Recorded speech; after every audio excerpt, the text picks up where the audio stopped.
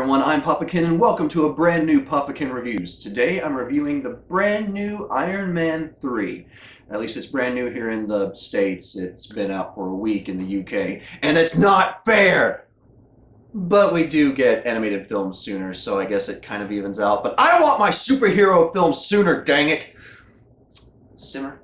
Okay, the movie overall, I really liked it. Now, I'm going to say some negative things just to sort of give a critique on it, but I really did enjoy this film. And some of the positive points.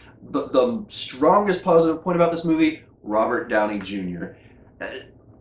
What can be said? He's the perfect Tony Stark. If someone else ever has to take the helm, or rather take that role, it's going to be very hard, and there are going to be a lot of comparisons.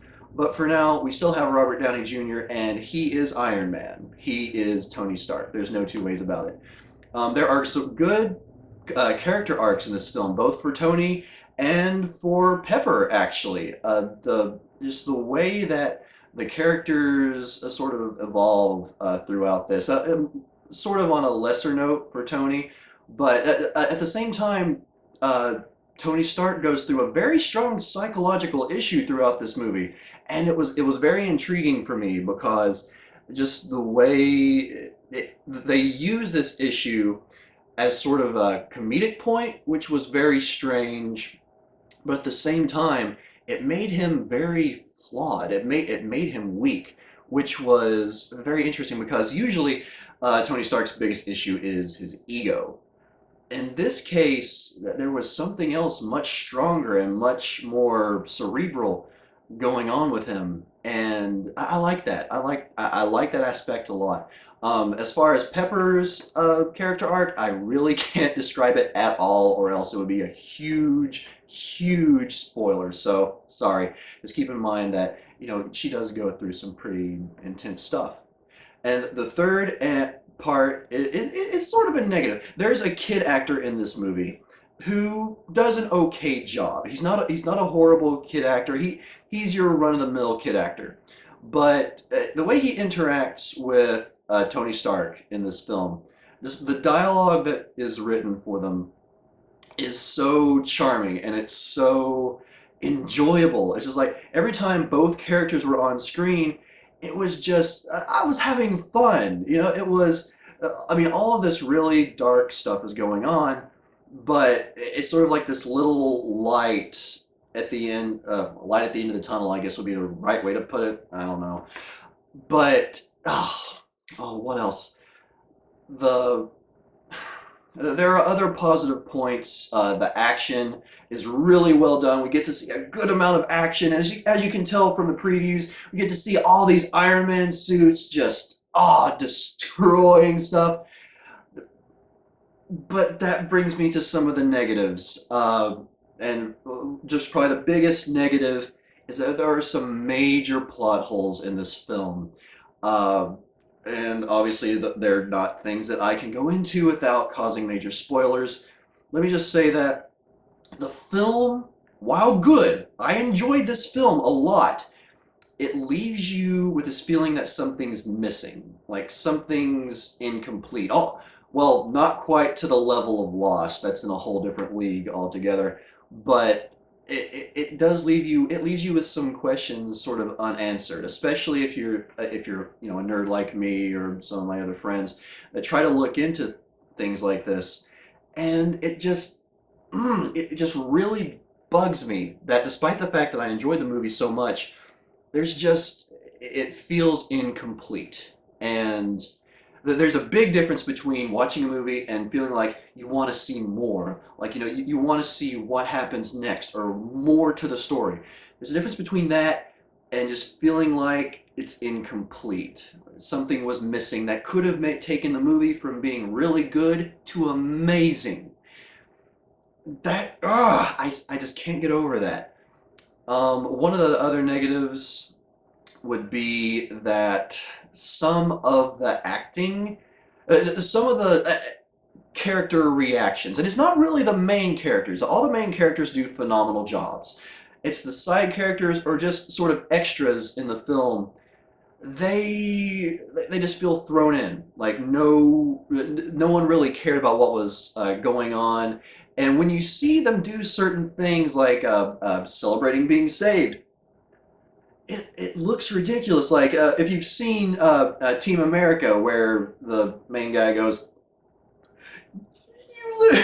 you literally see people do that. And it's so strange. It's like, I mean, someone just got saved. Of course they're excited. But it's the way that they show that excitement that doesn't look realistic at all. Ugh.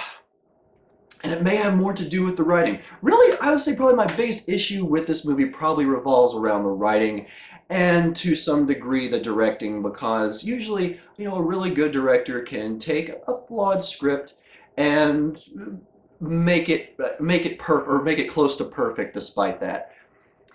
Shane Black unfortunately doesn't do that, but yeah, I guess most of what my issue has to do with the directing and some of the writing. And then this is sort of I don't know how to describe this really. The end credits are strange.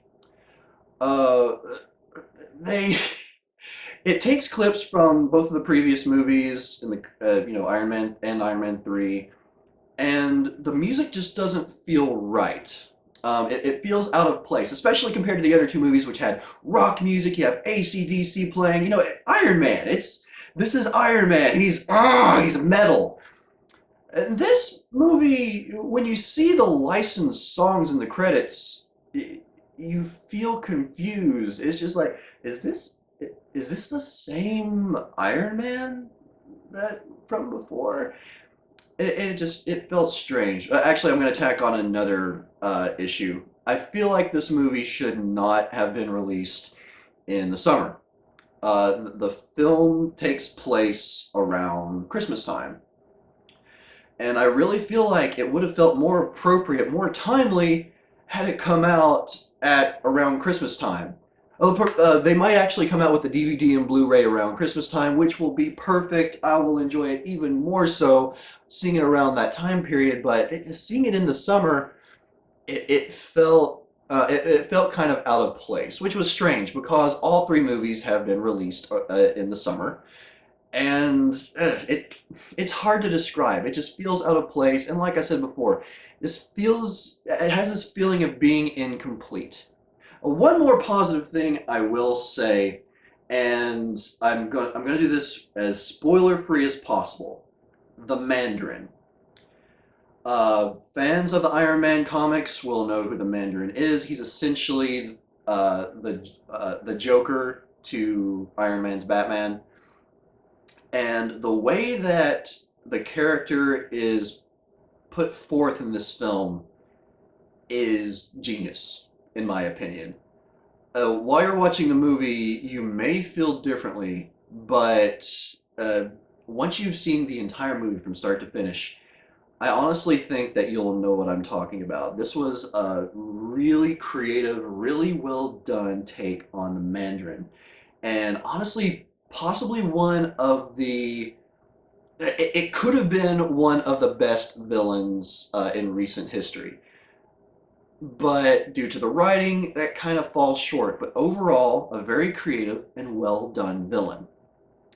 Now, that's all I can say, unfortunately, but I will say this. Despite its flaws, I really enjoyed the movie. I'm a fan of the other two movies, and I give Iron Man 3 a 4 out of 5. Excuse me. It's really strong. It's a good film, but it has some very annoying flaws. But as long as you can get past that, it's still a really enjoyable film. And in fact, I'm going to be going to see it again this weekend with my wife. I just went to see it by myself this time, and I have no problem seeing it again. And that's the honest truth. Well, everyone, I hope you have a great weekend. I hope you enjoy Iron Man 3 whenever you see it. Leave some comments below telling me what you think of the film, whether you think it sucked or whether you agree and think that it was a really good movie. Maybe you didn't really notice any flaws. Let me know about that and what, really helped you look over the flaws that I noticed. I would love to hear your opinions. But until next time, I'm Papa Kenn, and I'll see you next review.